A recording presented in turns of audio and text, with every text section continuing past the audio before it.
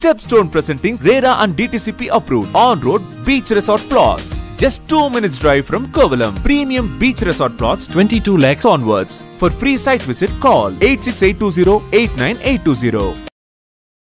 நெல்லையில் கவின் என்கிற இளைஞர் வெட்டி படுகொலை செய்யப்பட்ட சம்பவம். கல்வி அறிவு எந்த மாதிரியான கல்வி அறிவு உங்களை பக்குவப்படுத்திருக்குன்னு எனக்கு புரியல. ஒரு எஸ்ஐயா இருக்கிறவங்க பல்வேறு பிரச்சனைகளை பார்த்துருப்பாங்க, பல்வேறு சமூகத்தோட பிரச்சனையை பார்த்துருப்பாங்க. அங்கே போய் இவங்க நிற்கிறாங்க, வந்திருக்கிறாங்க, அந்த பையனுங்க வந்திருக்கிறான் அப்படிங்கிற தகவலை அந்த பொண்ணோட தம்பிக்கு சொன்னது யார்? ஒரு படித்த பையன் ஒரு பிளான் பண்ணி ஒருத்தனை அழைச்சிட்டு போய் வீட்டு வாசலில் வச்சு தகராறு பண்ணி அறுவாள் எடுத்து வெட்டி கொலை செய்கிறான். கொலை செஞ்சுட்டு எந்த குற்ற உணர்ச்சியுமே இல்லாமல் காவல்துறையில் போய் சரண்டர் ஆகிறான். திமுக அரசு எந்த இடத்துலையும் சாதி ஆணவ படுகொலைக்கு எதிரான தனிச்சட்டம் தேவையில்லைன்னு சொல்லலை, ஆனால் நிறைவேற்றலை. மனசு அவங்களுக்கு உள்ளுக்குள்ள உறுத்தாதா? வீட்டு வாசலில் ஒருத்தனை கொலை பண்ணியாச்சு, அந்த கொலைகார பட்டத்தை வாங்கிட்டு நம்ம பையன் ஜெயிலுக்கு போயிட்டான். அவன் மனசு உறுத்தாதா? இது என்ன அந்த மாதிரியான உளவியலை உருவாக்குனது யாரு? இந்த சமூகத்தினுடைய குற்றம். அந்த சமூகம் அப்படி இருக்கிறதுக்கு என்ன காரணம்? அது யார் மாற்ற முடியும்? இந்த அரசு தான் மாற்ற முடியும். அந்த பொறுப்பு கடமை அவங்களுக்கு தான் இருக்குது.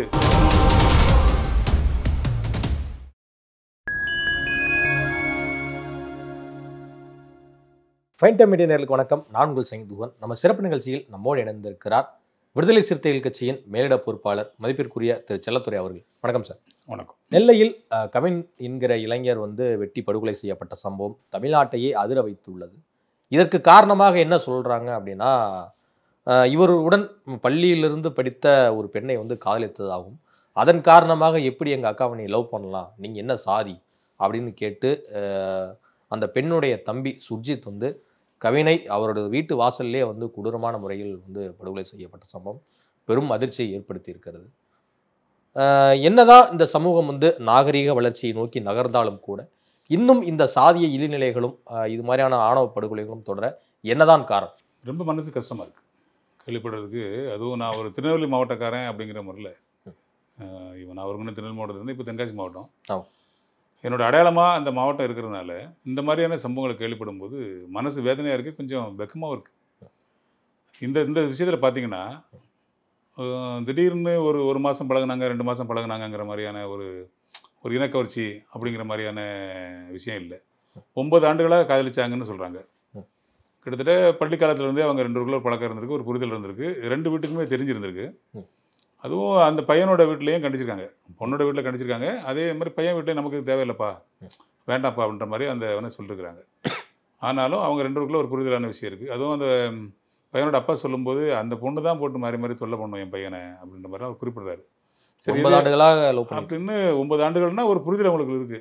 ஏன் அப்படி சொல்கிறேன்னா, இந்த பையன் 10th 490 மார்க் வாங்கின நல்லா படிக்கிற பையன், கல்லூரியில் மெடல் வாங்குற அளவுக்கு யூனிவர்சிட்டி ரேங்க் வாங்குற அளவுக்கு படிக்கிற பையன். இப்போ படித்து முடிச்சுட்டு உடனடியாக ஒரு ஜாபில் இருக்கிறார். டிசிஎஸ் மாதிரி ஒரு பெரிய கம்பெனியில் ஒரு சாஃப்ட்வேர் இன்ஜினியராக இருக்கிறாரு. ஒரு 1.5 லட்ச ரூபாய்க்கு மேலே சம்பளம் வாங்குறதா சொல்லப்படுறாரு. பையன் நல்ல தோற்றமாக இருக்கிறான், நல்லா பார்க்குறதுக்கு ஒன்றும் அது ரிஜெக்ட் பண்ணுற அளவுக்கு எந்த குவாலிட்டியுமே அவன்கிட்ட இல்லை. அது புறந்தள்ளுற மாதிரியான எந்த இதுவுமே இல்லை. அதை தாண்டி பொருளாதார ரீதியாகவும் அவங்க நல்லா இருக்காங்க. அவங்க அம்மா டீச்சரு, அவங்க அப்பா அந்த அந்த அந்த பஞ்சாயத்தில் பிரசிடெண்ட்டாக இருந்திருக்கிறாரு.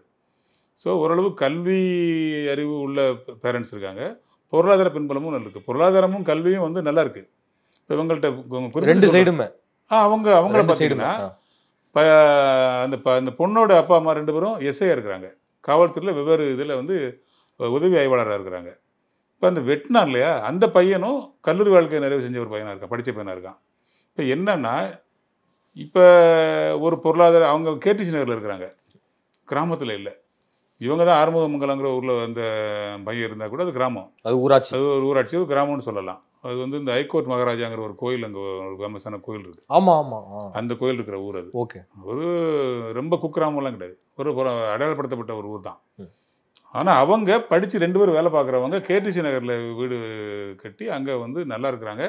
ஸோ கிராம பின்புலத்தில் இருந்தோம், எங்கள் மச்சான் சொல்லிவிடுவான், மாமா சொல்லிவிடுவான், உறவுக்காரங்க சொல்லிவிடுவாங்கிற நெருக்கடி அவங்களுக்கு இல்லை. ஸோ இவங்களுக்கு கல்வி அறிவு எந்த மாதிரியான கல்வி அறிவு அவங்களை பக்குவப்படுத்திருக்குன்னு எனக்கு புரியலை. ஒரு எஸ்ஐயாக இருக்கிறவங்க பல்வேறு பிரச்சனைகளை பார்த்துருப்பாங்க, பல்வேறு சமூகத்தோட பிரச்சனையை பார்த்துருப்பாங்க, பொருளாதாரம் சார்ந்த பிரச்சனையை பார்த்துருப்பாங்க, எவ்வளோ குற்றவியலுக்கு தீர்ப்பு சொல்லியிருப்பாங்க, அதை தீர்த்து வச்சுருப்பாங்க. கோர்ட் நடைமுறைகளை பார்த்துருப்பாங்க. இவங்க வந்து இந்த மாதிரியான விஷயத்தை ஊக்கப்படுத்துகிற மாதிரியான விஷயத்தை பண்ணியிருக்காங்க. நல்லா தெரிஞ்சுக்கிடுங்க. அந்த பையன் சென்னையில் வேலை பார்க்குறான். அவங்களோட தாத்தா அடிபட்டு அவருக்கு உடம்பு சரியில்லைங்கிறதுனால திருச்செந்தூர் ஹாஸ்பிட்டலில் அவர் வந்து அட்மிட்டடு. இப்போ அந்த பொண்ணு வந்து சித்த மருத்துவர். அந்த ஹாஸ்பிட்டலில் வந்து சித்த வைத்தியம் பார்த்து சரி பண்ணலாமேன்னு அந்த பொண்ணு சொன்னதன் பேரில் அந்த ஹாஸ்பிட்டலுக்கு போகிறாங்க. நல்லா தெரிஞ்சுக்கிடுங்க. தனியாக போகலை அந்த பையன். அம்மா, தாய் மாமா, இவன் 3 பேரும் தான் போயிருக்காங்க. அந்த பொண்ணுக்கிட்ட இவன் போய் பேசலை. அவங்க அம்மாவும் மாமாவும் தான் பேசியிருக்கிறாங்க. அவங்க போய் இந்த காதல் தொடர்பான விஷயத்தை பேசலை, இந்த கல்யாணம் தொடர்பான விஷயத்தை பேசலை. அந்த ஹாஸ்பிட்டல் தொடர்பான விஷயத்தை தான் பேசியிருக்காங்க. வைத்தியம் தொடர்பான விஷயத்தை பேசியிருக்கிறாங்க. இப்போ என்ன ஒரு பெரிய கேள்வின்னா, அந்த இடத்துக்கு அவங்க இந்த பொண்ணோட அழைப்பின் பேரில், இல்லை ஒரு அறிவுரையின் பேரில், இல்லை ஒரு வழிகாட்டுதலின் பேரில் போயிருக்காங்கன்னா, அங்கே போய் இவங்க நிற்கிறாங்க, வந்திருக்கிறாங்க, அந்த பையனுக்கு வந்திருக்கிறான் அப்படிங்கிற தகவலை அந்த பொண்ணோட தம்பிக்கு சொன்னது யார்? எந்த தகவல் நடிப்பில் அவன் கரெக்டாக அங்கே வந்தான்? வந்தவன் பேசி கூட்டு போயிருக்கான். ஹாஸ்பிட்டலில் வாங்க கொஞ்சம் பேசுவோம், தனியாக பேசுவோன்னு அவன் நம்பிக்கை தர அளவுக்கு, அவனோட பைக்கில் அவன் ஏறி போகிற அளவுக்கு ஒரு நம்பிக்கை தரக்கூடிய வார்த்தையை பேசி தான் அழைச்சிட்டு போயிருக்கிறான். நேராக அவங்க வீட்டுக்கு கூட்டு போயிருக்கிறான். அப்போ ஒருவேளை இந்த பையனுக்கு என்ன, ஒருவேளை அவங்க மனசு எதுவும் மாறி இருப்பாங்களோ, சமாதானம் பண்ணுற மாதிரி எதுவும் பேசுவாங்களோ அப்படிங்கிற இடத்துல தான் அந்த ஆசையோடு தானே போயிருப்பான், அந்த நம்பிக்கையில் தானே போயிருப்பான். அங்கே போன இடத்துல நீ எப்படி எங்கள் அக்காவை லவ் பண்ணலாம், நீ எப்படி பின்தொடரலாம், அங்கே எப்படி போகலாம், அவர்கிட்ட இப்படி பேச முயற்சி பண்ணலாங்கிற மாதிரி தான் வாக்குவாதம் ஆரம்பிச்சிருக்கு. வாக்குவாதம் முற்றி கைகலப்பாக இருக்குது. அவன் சரியாக வரலன்னொன்னே பயந்து ஓட ஆரம்பிச்சிருக்கான். பின்னாடி போய் விட்டுருக்கான். மிளகா பொடியை தூக்கிட்டு விட்டுனதாக கூட சொல்கிறாங்க. இது நல்லா கவனிச்சுங்க. ஒரு படித்த பையன் ஒரு பிளான் பண்ணி ஒருத்தனை அழைச்சிட்டு போய் வீட்டு வாசலில் வச்சு தகராறு பண்ணி அறுவாள் எடுத்து வெட்டி கொலை செய்கிறான். கொலை செஞ்சுட்டு எந்த குற்ற உணர்ச்சியுமே இல்லாமல் காவல்துறையில் போய் சரண்டர் ஆகிறான். அவங்க அப்பா அம்மா 2 பேரும் எஸ்ஐ. அவங்களோட வழிகாட்டுதல் இல்லாமல், அவங்க கொடுத்த தைரியம் இல்லாமல், இவன் இப்படி ஒரு கொலையை பண்ணிட்டு எந்த குற்ற உணர்ச்சியும் பயமும் இல்லாமல் காவல்துறை போய் சரண்டர் ஆகிறான்னா, இந்த கேஸோட தன்மை என்னங்கிறத அவங்க வந்து டீட்டெயிலாக பேசியிருப்பாங்க. இது இப்படி தான் நடக்கும், இத்தனை நாள் அது பெயில் கிடச்சிடும், நம்ம வெளில வந்துடலாம் அப்படிங்கிற அளவுக்கு பேசியிருப்பாங்க. எங்களோட கவலை, பெரிய கவலை இதில் என்ன விஷயம் அப்படின்னா, ஒரு சமூகத்தை இல்லை, ஒரு காவல்துறையில் பணியாற்றக்கூடிய ஒரு எஸ்ஐ வந்து இது மாதிரி தன் மகனை ஒரு குற்றவாளி ஆக்கி ஜெயிலுக்குள்ளே போகணும்னு எப்படி விரும்புவது? அப்படி ஒரு மனநிலையில் இருப்பாங்க. அப்படி ஒரு மனநிலை இல்லைன்னா, அப்படி ஒரு வழிகாட்டுதல் இல்லைன்னா, இந்த பையன் அங்கே ஹாஸ்பிட்டல் வாசலில் ஒன்று பேசணும், அந்த வார்த்தையின் அடிப்படையில் நான் வந்து ஏதோ பொருளத்துக்கு அடிச்சிட்டேன், அப்படி எமோஷனல் நடந்துச்சு அப்படின்ற மாதிரி இருந்ததுன்னா நீங்கள் சொல்கிறது சரி. வீட்டு வாசலுக்கு அழைச்சிட்டு போய் அவன் அப்படி செய்கிறான்னா, நம்ம அம்மா அப்பா இதை ஒத்துக்க மாட்டாங்கங்கிற எண்ணம் அவனுக்கு துளி இருந்தால் கூட அதை செய்வானா? சொல்லுங்கள். வீட்டுக்கு கூட்டு போவானா? வீட்டு வாசலுக்கு கூட்டு போவானா? அப்போ அந்த கொடுத்த தைரியம் தான் எங்கள் தலைவர் கொடுத்த அறிக்கையில் குறிப்பிட்றாரு. அவங்களோட பெற்றோரை இதில் சேர்க்கணும், இது சாதி ஆணவ பல்லை படுகொலை தாங்கிறத உறுதிப்படுத்துகிறாங்க. ஆணையம் போகுது, அதை உறுதிப்படுத்துது. இதில் பெரிய கவலை என்னென்னா, அந்த சம்மந்தப்பட்ட மாவட்டத்தில் இருக்கிற கண்காணிப்பாளர், காவல் கண்காணிப்பாளர் எஸ்பி சைட்டுக்கு போகலை, அந்த குடும்பத்துக்கு ஆறுதல் சொல்லலை. கலெக்டர் அதுக்கு தலையிட்டு இன்னும் ஆறுதல் போகலை. அந்த தொகுதி எம்பி போகலை. அங்கே உள்ள எம்எல்ஏக்கள் போகலை. இந்த அரசு சார்பாக ஒரு அறிக்கை இன்னும் வெளிவரல. முதலமைச்சர் இது தொடர்பாக எந்த விஷயமும் பேசலை. நம்ம தொடர்ந்து வலியுறுத்துகிறோம். சாதி ஆணவ படுகொலைக்கு எதிராக தனிச்சட்டம் ஏற்றுங்கன்னு சொல்லி விசிக தொடர்ந்து வலியுறுத்துது. இந்த திமுக அரசுக்கிட்ட ஒவ்வொரு கொலையின் போதும் தொடர்ந்து வலியுறுத்துது. எந்த விதமான முன்னெடுப்பும் இல்லை. எஸ்சி எஸ்டி வன்கொடுமை நடக்கிறதுக்கு எதிரான அந்த கோர்ட் இருக்கு இல்லையா, திருநெல்வேலியில் தான் இருக்குது. எஸ்சி எஸ்டி ஆக்டுக்கு அந்த இதில் பாதிக்கப்பட்டவங்களுக்கான கோர்ட் வந்து திருநெல்வேலியில் தான் இருக்குது. பெரிய கேவலம் என்ன தெரியுமா, பெரிய அவலம் என்ன தெரியுமா, அந்த மக்களுக்காக வாதாடக்கூடிய அரசு வழக்கறிஞர்கள் நியமிக்கப்படலை, இன்னும் வேக்கண்டாக இருக்குங்க. இதுதான் இந்த அரசோட நிலைமை. இதுதான் அந்த எஸ்சி மக்களுக்கு மேலே உள்ள பார்வை. எல்லா விஷயத்தையுமே சாதியாக பார்க்குற அரசும் சாதியாக பார்க்குற அரசு அதிகாரிகளும் காவல்துறை அதிகாரிகள் இருந்ததுன்னா அந்த மக்களுக்கு எப்போ நீதி கிடைக்கும்? ஒரு கல்வி, சமூகத்தை பற்றிய புரிதல் இல்லாத கல்வியால் என்ன பயன் இருக்குது? சமூக நீதியை பற்றிய, ஜனநாயகத்தை பற்றிய எந்த புரிதலும் இல்லாத கல்வியால் என்ன பயன் இருக்குது? அவங்க அதிகாரியாக இருந்தாலும் என்ன புண்ணியம் இருக்குது? அதில் எல்லா இடைநிலை சமூகத்திலையும் பெரிய பெரிய ஆளுமைகள் இருக்காங்க, பெரிய பெரிய அரசியல்வாதி இருக்காங்க, பெரிய பெரிய தொழிலதிபர்கள் இருக்காங்க. அவங்க தான் சார்ந்த சமூகத்துக்கு இந்த சமூக நீதி தொடர்பான என்ன பார்வையை கொண்டு போய் சேர்த்துருக்குறாங்க. இது எங்கே ஊக்குவிக்கப்படுது அப்படின்னா, எல்லா இடைநிலை சமூகங்கள்லையும் அந்த சமூகத்தில் இருக்கிற சில பொறுக்கிங்க தன்னை தலைவராக ஆகிக்கிட்டு இந்த கையில் இந்த கரை கட்டிக்கிட்டு அந்த சாதிக்கையே இவங்க தான் பாதுகாக்கிற மாதிரி பேசி அவங்களை ஊக்கப்படுத்தி ரவுடிங்களாக தெரியுறாங்க. அந்த ரவுடிங்களை தலைவர்களாக தூக்கிட்டு அந்த சமூகத்தில் உள்ள இளைஞர்கள் பின்னாடி போயிட்டு இருக்கிறாங்க. அவங்கள தலைவராக்குறாங்க. அவன் ஜெயில் எடுக்கிறான், கேஸ் வாங்குறான், ஆனால் கூட அவனை தலைவராக்குற மாதிரி, அவன் பின்னால் போகிற மாதிரி, அவன் வந்தால் அவனுக்கு பின்னால் போய் கோஷம் போடுற மாதிரியான இளைஞர்கள் நிறைய பேர் இருக்காங்க. ஸ்கூல்லே போய் சாதி பெருமை பேசி சாதிக்கு அடையாளமான கயிறை கட்டுற மாதிரியான சூழ்நிலை இருக்கு. சமூக நீதி விடுதின்னு சொல்லி அறிவிக்கணும்னு சொல்லி இந்த அரசு விடுதிகள் எல்லாம் ஆடையெல்லாம் போட்டாங்களே, ஆடை போட்டாச்சுல, போர்டு வச்சாங்கல்ல, செயல்படுத்தாச்சு நிறைய இடங்கள்ல. எங்க சரிப்படுத்தினாங்க? அந்த போர்டை இடிச்சு உடைச்சு கிழிக்கிறத பார்க்கல, அது செய்தி ஆகல. அங்க ஒரு இடைநிலை சமூகமான கள்ளர் சமூகம் இருக்கிற பகுதியில் இந்த மாதிரி சம்பவம் நடக்குன்னு சொல்லி செய்தி ஆகல. இல்ல, பிற்படுத்தப்பட்ட மாணவர் நல விடுதி, ஆதி திராவிடர் மாணவர் நல விடுதி அப்படிங்கிறதெல்லாம் இருக்கக்கூடாதுன்னு சொல்லிட்டு தான் ஒட்டுமொத்தமா சமூக நீதி விடுதின்னு மாத்தினாங்க. பிற்படுத்தப்பட்ட ஒரு விடுதின்னு சொல்றது கூட பெருமை எனக்கு. அது அந்த அடையாளத்தை கூட நான் ஏற்றுக்கிடுவேன். ஆனால் சமூக நீதி விடுதின்னு சொல்லும்போது நானும் ஒன்றா இருக்கிற மாதிரி சூழ்நிலை வருது. இது எனக்கு அவமானம்னு சொல்லி அதை கிழிச்சாங்க இல்லையா, அதை உடைச்சாங்கல்ல அந்த போட, அதை ஏற்றுக்க மாட்டேன்னு சொன்னாங்கல்ல. அப்படி உடைச்சவங்க மேலே கேஸ் போட்டிருக்கா அந்த அரசு, சிறைப்படுத்திருக்கா, வழக்கு தொடர்ந்துருக்கா? இது என்ன ஊக்கப்படுத்துற மாதிரி ஆகாதா? அரசாங்கம் தானே இதுக்கு முழுசா பொறுப்பேற்கணும். ஒரே நாளில் மாத்திர முடியாதுங்க. எங்களோட தலைவர் திரும்ப திரும்ப சொல்ல, நாங்களும் வலியுறுத்திட்டே இருக்கிறோம். சமூக நீதி தொடர்பான பார்வை இல்லை, யாருக்கும் இல்லை, சரியான புரிதல் இல்லை. அது ஒரு சாதி பிரச்சனைன்னு நினைக்கிறாங்க. நாம் இப்படித்தான், இதுதான், இது எங்க இருந்து வருதுன்னா இது திரும்ப திரும்ப சொல்றோம் நாங்க. இது மாறாதது, இது மாற்ற முடியாதது, இது மாற்றக்கூடாதது அப்படின்னு வலியுறுத்துற, அதனுடைய அடையாளமா இருக்கிற சனாதனம்ங்கிற அந்த விஷயத்துல இந்துத்துவா அந்த அதுதான் வலியுறுத்துது. இப்படி இருக்கணும், இதுல இருந்து இவன் பிறந்தான், இதுல இருந்து இவன் பிறந்தான், இதுல இருந்து பிறந்தான்ற அந்த அடுக்குமுறையை பிறப்பின் அடிப்படையில் கொண்டு வந்து அதை நியாயப்படுத்துற இந்துத்துவ கோட்பாடு இருக்கு இல்லையா, மனுநீதி சட்டம் இருக்கு இல்லையா, மனு தர்மம் இருக்கு இல்லையா, அங்க இருந்து அதனுடைய தொடர்ச்சியாக தான் நம்ம அங்க வந்து நிற்கிறோம். விடுதலை வாங்கியாச்சு, சுதந்திரம் அடைஞ்சாச்சு, ஆண்டிக்கும் ஒரே அளவு, ஒரு சுப்ரீம் கோர்ட் நீதிபதியாக இருந்தாலும் ஒரே அளவு, இந்திய ஜனாதிபதியாக இருந்தாலும் அவருக்கு ஒரே மரியாதை, எல்லாருக்கும் ஒரே வாக்கு, அந்த வாக்குக்கு ஒரே மரியாதை அப்படின்னு சொல்லி எல்லோரும் முன்னாட்ட மன்னர்கள் அப்படின்னு சொல்லி நாட்டை வந்து ஜனநாயகப்படுத்தியாச்சு. புரட்சியாளர் அம்பேத்கர் வடிவமைச்சு கொடுத்த அரசியல் சட்டத்தின்படியா ஆட்சி நடத்திட்டு இருக்கிறோம். தீண்டாமை ஒரு பாவச்செயல், தீண்டாமை ஒரு பெருங்குற்றம்னு சொல்லியாச்சு, பாடப்புத்தகம் எழுதியாச்சு, எல்லாம் சரி. நடைமுறைக்கு வந்துச்சா? இதுல பாதிக்கப்பட்டு கிடக்கிறவன் யாரு? இந்த அப்பாவி தானே. அப்ப இந்த எஸ்சி அப்படிங்கிற வார்த்தை எவ்வளவு தூரத்துக்கு பாதிப்பு ஏற்படுத்துது பாருங்க. இந்த பட்டியல் சமூகங்கிற விஷயம் எந்த மாதிரியான ஒரு தாக்கத்தை ஏற்படுத்தியிருக்கு பாருங்க. அந்த பையன் கல்வியில் சிறந்த பையன், தோற்றத்தில் நல்ல அழகான பையன், பொருளாதார பின்புலம் உள்ள பையன், கெட்ட பழக்கமே இல்லாத பையன், எந்த கெட்ட பழக்கமும் இல்லாத பையன். ஆனாலும் நீ அதை உங்கள் அக்காவை கல்யாணம் பண்ணி கொடுக்க விரும்பலை, உன் பொண்ணை கல்யாணம் பண்ணி கொடுக்க விரும்பல, ரைட்டு. இவன் கல்யாணம் பண்ணலையே, போய் கைப்பிடிச்சு இழுக்கலையே, வான்னு சொல்லி கூப்பிடலையே, சோழரை குச்சி வீட்டுக்கு வரலையே, நம்பித்தானே உன் வீட்டுக்கு வந்தான்.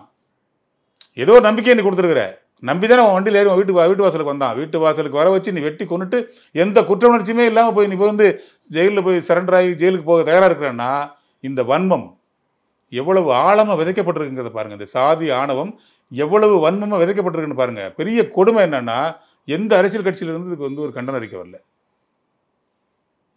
எந்த அரசியல் கட்சியிலிருந்து வரல, யாரும் பொங்கலை, பிஜேபி ஒன்றுமே சொல்லலை, அதிமுக ஒன்றுமே சொல்லலை, நாம் தமிழர் எதுவுமே சொல்லலை. விடுதலை சிறுத்தை கட்சி மட்டும்தான் எதிர்ப்பு, விடுதலை சிறுத்தை கட்சி தலைவர் மட்டும்தான் அறிக்கை விட்டுருக்காரு. இப்போ தமிழிசை மாதிரி அக்கா மாதிரி பெரிய புத்திசாலிகள்லாம் வந்து என்ன சொல்லுவாங்க அப்படின்னா, ஏன் திருமாவளவன் இன்னும் போகலையா, இது கேட்டுக்க கூடாதா அப்படிம்பாங்க. வேங்கவருக்கு அப்படி கேட்டாங்க அவங்க.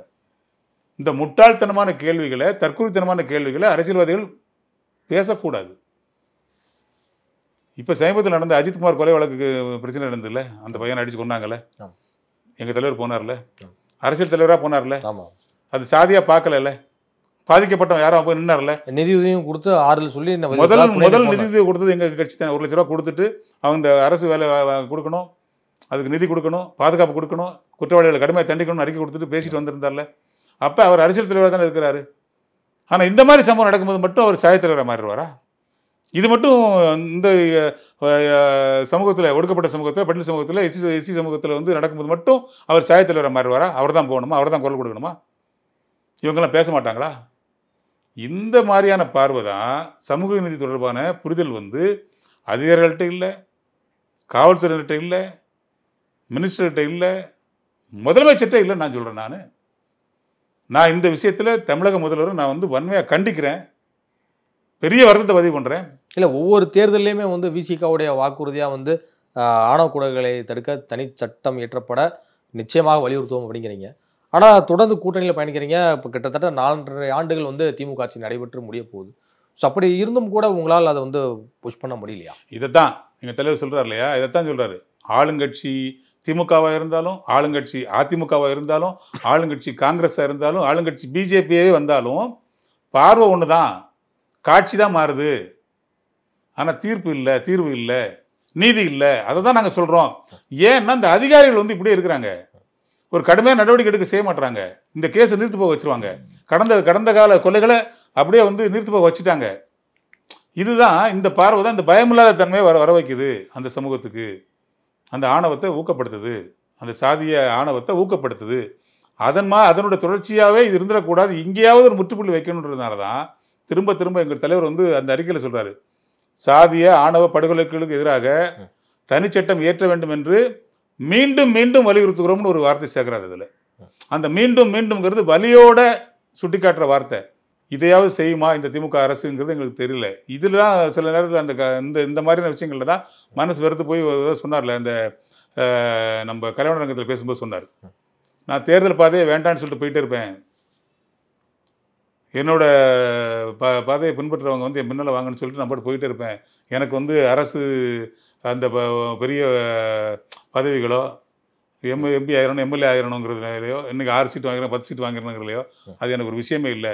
எனக்கு சமூகம் சார்ந்த பார்வை தான் முக்கியம், சமத்துவம் சார்ந்த பார்வை தான் எனக்கு முக்கியம், சமூக நீதி தொடர்பான பார்வை தான் முக்கியம், எல்லோருக்கும் ஜனநாயகம் போய் சேரணுங்கிற பார்வை தான் முக்கியம், இந்த பாதிக்கப்பட்டவங்களோட வாழ்க்கை மேம்படணுங்கிறதா முக்கியம். அந்த பார்வையில் தான் நான் பார்ப்பேன் நான் சமூகத்தை.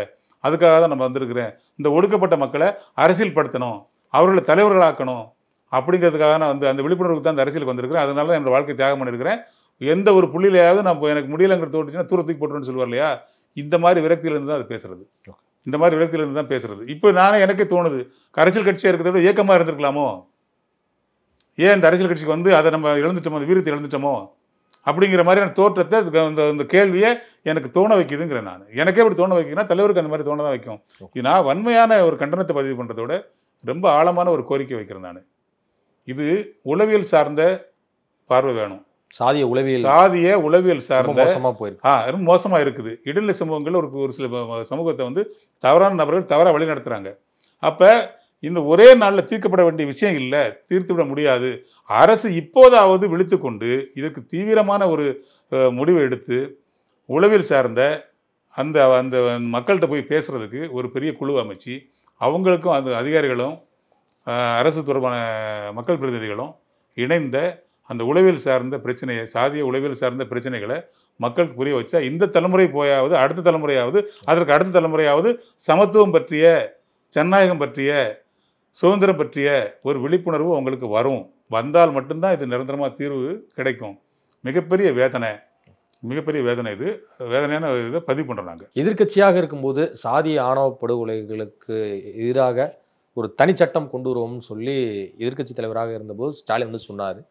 ஆனால் இன்றைக்கு அது தேவையில்லைன்னு ஆளும் கட்சியான திமுக வந்து சொல்லுது. இவர்களுடைய இரட்டை வேடத்தினால்தான் வந்து கவின் போன்ற இளைஞர்கள் வந்து கொல்லப்பட்டு வருகிறார்கள் என பேசியிருக்கிறார் வழக்கறிஞர் எவிடன்ஸ் கதிர் அவர்கள். அவருடைய கருத்தை நீங்கள் எப்படி பார்க்குறீங்க? எவிடன்ஸ் கதிர் வந்து ஒரு சமூக பார்வையாளர், சமூக செயல்பாட்டாளர். அவருடைய பார்வை வந்து புறந்தள்ள முடியாது. ஏன்னா பாதிக்கப்பட்ட மக்களோட நேரடியாக தொடர்பில் இருக்கிறவர், உடனே களத்துக்கு போகிறவர், அந்த வேதனையிலிருந்து அவர் பேசுகிறாரு. அவருடைய பேச்சை வந்து நம்ம புறந்தள்ளி விட முடியாது. ஆனால் திமுக அரசு எந்த இடத்துலையும் வந்து சாதி ஆணவ படுகொலைக்கு எதிரான தனிச்சட்டம் தேவையில்லைன்னு சொல்லலை, ஆனால் நிறைவேற்றலை. அதில் சுணக்கம் காட்டுது, நிறைவேற்றாமல் இருக்குது, சுணக்கம் காட்டுது. அந்த வகையில் எவிடன்ஸ் கதிரோட அந்த கருத்தில் நாங்கள் உடன்படுறோம். அதே கருத்தை தான் திரும்ப திரும்ப விசிக்காவும் வலியுறுத்திக்கிட்டு இருக்குது. இந்த அரசையும் நாங்கள் இந்த புள்ளியிலிருந்து, இந்த கொலையிலிருந்து, இந்த தம்பி கவினோட கொலையிலிருந்து நாங்கள் வந்து மீண்டும் வலியுறுத்துகிறோம். இந்த கொலையை தாண்டியாவது இன்னும் இந்த மாதிரி ஆணவ கொலைகள் நடக்காத அளவுக்கு இதை கட்டுப்படுத்தணும்னா அரசு இதில் வந்து உடனடியாக அந்த பாதிக்கப்பட்ட பையனை போய் சந்திக்கணும், முதலமைச்சர் சந்திக்கணும், முக்கியத்துவம் பெறும். முதலமைச்சர் போய் சந்திக்கும் போது, துணை முதலமைச்சர் போய் சந்திக்கும் போது அந்த அந்த அந்த சம்பவம் வந்து பார்வை வந்து முக்கியத்துவம் பெறும். கலெக்டரும் எஸ்பியும் உடனடியாக ஸ்பாட்டுக்கு போகும்போது அந்த அந்த அந்த சம்பவம் வந்து ஒரு முக்கியத்துவம் பெறும், ஒரு கவனம் பெறும். நீங்கள் உங்களை மாதிரி ஊடகவியலாளர் இதை வந்து இன்னும் வேகமாக எடுத்து கொண்டு போய் சேர்க்கணும். அதை கடுமையாக நடவடிக்கிறது மட்டும் இல்லை, அவன் வெளில வரக்கூடாது. இப்போ பாருங்கள், அவன் வெட்டிட்டான், ஜெயிலுக்கு போயிட்டான். அந்த பேரண்ட்ஸ் என்ன பண்ண போகிறாங்க? பையன் ஜெயிலுக்கு போயிட்டான், பெரிய அவச்சொலுக்கு ஆளாயிட்டாங்க. எத்தனை பணம் இருந்து என்ன செய்ய? இது எவ்வளோ பெரிய கிரைம்! என்ன மாதிரி அடையாளத்தை கொடுத்துருக்கோம்? அவங்க அலுவலகத்துக்கு போய் நிம்மதி எப்படி வேலை பார்ப்பாங்க? மனசு அவங்களுக்கு உள்ளுக்குள்ள உறுத்தாதா? வீட்டு வாசலில் ஒருத்தனை கொலை பண்ணியாச்சு, அது அந்த கொலைகார பட்டத்தை வாங்கிட்டு நம்ம பையன் வந்து ஜெயிலுக்கு போயிட்டான், அவன் மனசு உறுத்தாதா? இது என்ன ஒரு அந்த மாதிரியான உளவியலை உருவாக்குனது யாரு? இந்த சமூகத்தினுடைய குற்றம். அந்த சமூகம் அப்படி இருக்கிறதுக்கு என்ன காரணம்? அது யார் மாற்ற முடியும்? இந்த அரசு தான் மாற்ற முடியும். அந்த பொறுப்பு கடமை அவங்களுக்கு தான் இருக்குது. அதனால் தீவிரப்படுத்தணும்னு சொல்கிறோம். தனிச்சட்டம் ஏற்ற வேண்டும் என்று மட்டுமே கடுமையான முறையில் நடைமுறைப்படுத்தணும். சட்டங்கள் மட்டுமே போய் செஞ்சிட முடியாது. அரசு அதிகாரிகள் வந்து அப்படியே சாதியாக இருக்கிறான். காவல்துறை அதிகாரிகள் அப்படியே சாதியாக இருக்கிறான். ஒரு அலட்சியம். இப்போ இந்த சமூக நீதி விடுதி அப்படிங்கிறது போய் கிழிச்ச பையனை உடனே சிறைப்படுத்தி இருந்தேன்னா அடுத்த இடத்துல நடக்காதுல்ல, 2வது இடத்துல நடந்திருக்காதுல்ல, அது நடக்குது இல்லை. இப்போ SC/ST ஆக்ட் அந்த கோர்ட்டுக்கு வந்து ஏன் இவ்வளோ தாமதம்? ஏன் அரசு வழக்கறிஞர் நியமிக்கிறது இவ்வளோ ஏன் தாமதம்? அந்த மக்களுக்காக யார் வாதாடுவா? இதில் ஏன் இந்த அலட்சியம் இருக்குது? அரசியல் கட்சிகளுக்கு ஏன் பாரபட்சம் இருக்குது? எல்லாத்துக்கும் ஒரே மாதிரி ஏன் குரல் கொடுக்க மாட்டேங்கிறாங்க? குரல் கொடுத்துருக்கணும்ல, பேசியிருக்கணும்ல. அதுதான்.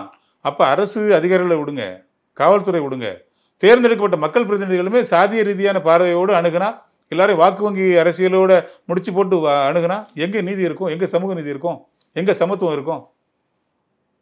அதனுடைய பெருங்கவலையாக தான் விடுதலை சிறுத்தை கட்சி தலைவர் வந்து தன்னுடைய அறிக்கையை வெளியிட்டிருக்கிறாரு. தொடர்ந்து வலியுறுத்துறாரு. நிச்சயமாக இதுக்கான ஒரு போராட்டத்தை முன்னெடுப்பார். அரசுக்கு தன்னுடைய அழுத்தமான கோரிக்கையை மீண்டும் வலியுறுத்துவார். இந்த அரசு விசிகாவினுடைய கோரிக்கையை, எழுச்சி தமிழுடைய கோரிக்கையை வந்து இந்த முறையும் அலட்சியப்படுத்தாமல் செவிசாய்த்து நல்ல முடிவெடுத்து ஒரு நிரந்தரமான தீர்வு காணும் என்று நாங்கள் நம்புகிறோம். பிரதமர் மோடி மேடையில் வந்து விசிக தலைவர் திருமாவளவன் அவர்கள் பங்கேற்றது அற்புதமான திருப்புமுனை என பேசியிருக்கிறார் முன்னாள் அதிமுக அமைச்சர் KT ராஜேந்திர பாலாஜி அவர்கள். விசிகாவின் அரசியல் கணக்கு என்ன? இதில் கணக்கில் ஒன்றும் இல்லைங்க. அரியலூர் நடக்குது. அரியலூர் சிதம்பரம் நாடாளுமன்ற தொகுதியில் வருது. அங்கே வந்து தலைவர் வந்து போக வேண்டிய வேறு நிகழ்ச்சிகள் இருக்குது. அதுக்கு முன்னாடியும் போயிருக்கிறாரு. அந்த நாள்லேயும் போக வேண்டிய நிகழ்ச்சிகள் இருக்குது. அப்போ தொகுதியினுடைய மக்கள் பிரதிநிதிங்கிற முறையில் மத்திய அரசு இது அரசு விழாவாக நடத்துறதுன்னு காரணத்தினால அதை தவிர்க்க வேண்டாம் அப்படின்னு சொல்லி அங்கே இருக்க தம்பிகள்கிட்ட வந்து தகவல் சொல்லி அழைப்பு இருக்குது, நாங்கள் வந்து கலந்துக்கிறோன்னு சொல்கிறாங்க. தலைவர் வர்றதுனால எங்களோட தலைவரை வரவேற்கிறதுக்காக அந்த எங்களுடைய கட்சியினுடைய மாவட்ட செயலர் வந்து கொடியெல்லாம் போடுறாங்க. அந்த அடையாளப்படுத்துகிறாங்க. தலைவர் வராருங்க அடையாளப்படுத்துகிறாங்க. தலைவர் எங்கே வந்தாலும் நாங்கள் கொடி போட்டு அவரை ரொம்ப மரியாதையாக நம்ம வரவேற்போம். இன்னும் மக்கள் வெள்ளம் அதிகமாக இருக்கும். அது எப்போவுமே எங்களோட பழக்கம். அந்த இதில் போய் அவர் கலந்துக்கிட்டார். இன்னும் மேடையில் பார்த்தீங்கன்னா பிரதமர் மோடி பேசும்போது எல்லாரோட பேரை சொல்லும்போது அந்த மாதிரி எழுச்சி இல்லை. திருமாவளவன் ஜி அப்படின்னு சொல்லும்போது பார்த்தீங்கன்னா பெரிய ஆரவாரம் இருக்குது. அப்போ என்ன அர்த்தம்? எங்கள் தம்பிங்க, எங்களோட சிறுத்தைங்க, தலைவரோட பின்பற்றவங்க அவங்க பெருவாரியாக போய் கலந்துருக்கிறாங்க. அதை நாங்கள் அரசியலாக பார்க்கல. இது அரசு விழாவாக தான் நாங்கள் பார்க்குறோம். இதனால் எந்த மாற்றமும் விடுதலை சிறுத்தை கட்சிக்கிட்ட ஏற்பட போகிறது இல்லை, எழுச்சி தமிழ்கிட்ட ஏற்பட போகிறது இல்லை. ராஜேந்திர பாலாஜி மாதிரி ஆட்கள் பேசுகிறதெல்லாம் நம்ம வந்து பெருசுப்படுத்தி அதை பார்க்க வேண்டிய அவசியம் இல்லை. பாமக, பாஜக சாதியை முன்னிலைப்படுத்தி அரசியல் பண்ணுற பாமக, மதத்தை முன்னிலைப்படுத்தி பிரிவினைவாதத்தை ஊக்கப்படுத்தி ஜனநாயகத்துக்கு எதிரான சனாதன அரசியலை முன்னெடுக்கிற பாஜக அவர்களோடு எந்த காலத்திலும் கூட்டணியும் இல்லை, ஒட்டுமில்லை, உறவும் இல்லை. அவர் இடம்பெறுகிற கூட்டணியும் நாங்கள் இடம்பெற மாட்டோம். இதுதான் எங்கள் ஸ்டாண்டு. இப்போ வரைக்கும் அப்படி தான் நாங்கள் இருக்கிறோம். மத சார்பற்ற முற்போக்கு கூட்டணியை உருவாக்கிய முக்கியமான தலகர்த்தாவில் எங்கள் தலைவர் ஒரு ஆள். அவரும் சேர்ந்து உருவாக்கி அந்த கூட்டணி திமுக தலைமையில் அந்த கூட்டணியில் தான் விசிக ஸ்ட்ராங்காக இருக்குது. அதில் வந்து தேர்தல் தொடர்பாக அரசியல் தொடர்பான எந்த ஒரு பார்வையும் எந்த ஒரு முன்னேற்றமும் பாஜகவுக்கோ அதிமுகவுக்கோ இது தொடர்பாக வரப்போகிறதில்லை. தலைவர் எப்பவும் தெளிவாக இருக்கிறார். விசிக எப்பவும் தெளிவாக இருக்குது. கொள்கையும் கோட்பாடும் தான் முக்கியம். பதவியும் வந்து வெற்றி தோல்வி தேர்தல் இதெல்லாம் வந்து 2ஆம் பட்சம். அது தேவையில்லாத விஷயம்னு நினைக்கிற ஒரு தலைவர். அதனால ராஜேந்திர பாலாஜி பேச்சை வந்து நீங்கள் பெருசுப்படுத்த வேண்டிய தேவையில்லை. வரும் பேரவை தேர்தலில் பாஜக அதிமுக கூட்டணிக்கு ஒரு தொகுதி கூட கிடைக்காது, ஒரு தொகுதியிலே வெற்றி பெற முடியாது என பேசியிருக்கிறார் உங்கள் கட்சியின் துணை பொதுச் செயலாளர் வன்னியரசு அவர்கள். ஸோ ராஜேந்திர பாலாஜிக்கும் உங்களை மாதிரி பதிலடி வந்து கொடுத்துருக்கிறார். ஸோ இதெல்லாமே பார்க்கும்போது பாஜக அதிமுக கூட்டணியை வந்து குறைத்து மதிப்பிடுகிறதா விசிக? இல்லை, இப்போ கடந்த தேர்தல் என்ன நடந்துச்சு? நாடாளுமன்ற தேர்தலில் பாஜகவுக்கு என்ன நடந்தது? இப்போ நம்ம ஜெயிச்சு இல்லை, இபிஎஸ் அவர்கள் பங்கேற்கிற அந்த சுற்றுப்பயணத்தெல்லாம் பயங்கரமாக கூட்டம் வருது இல்லைங்க. அதெல்லாம் நம்ம பார்க்கணும். அதிமுக வந்து பொருளாதார பின்புலம் இருக்குது, அவங்க வந்து கூட்டத்தை கூட்டுவாங்க, அதெல்லாம் பெரிய விஷயம் இல்லை. இப்போ இன்னும் அடுத்த கட்சி கூட்டத்தை அதுக்கான தேவைன்னு வரல. முதலமைச்சர் இன்னும் ரோட் ஷோ போகலை, துணை முதலமைச்சர் இன்னும் போகல, எங்கள் தலைவர் இன்னும் போகலை. இவர் இப்போ அவசரப்பட்டு போயிட்டுருக்கிறாரு. வேறு வழி இல்லாமல் அவர் போயிட்டுருக்கிறாரு அந்த கூட்டத்தை கூட்டுறது. அதனாலெல்லாம் ஒன்றும் வன்னியரசன் பேசியிருக்கிறது என்னென்னா 2019 நடந்துச்சு, 24 நடந்துச்சு. துடைத்தெறியப்பட்ட கட்சி தானே. 40 நாடாளுமன்ற தேர்தல் நம்ம வந்து சாலட்டை ஜெயிச்சவங்க தானே. கடந்த முறையும் ஜெயிச்சோம், இந்த முறையும் ஜெயிச்சிருக்கிறோம். இப்போவும் ஆளுங்கட்சியாக இருக்கிறோம். இன்னும் சொல்ல போனால் இன்னும் வீரியமாக இருக்கிறோம். அந்த கடந்த தேர்தல்கள் எல்லாம் வந்து பாஜக கூட இருந்த தேமுதிக இன்னைக்கு அவங்ககிட்ட இல்லை, பாமக இப்போ அவங்கக்கிட்ட இல்லை, இப்போ அவங்க பிரிஞ்சிருக்கிறாங்க. இப்போ ஒன்லி அவங்க வந்து அதிமுக பாஜக கூட தான் அவங்க சேர்ந்துருக்கிறாங்க.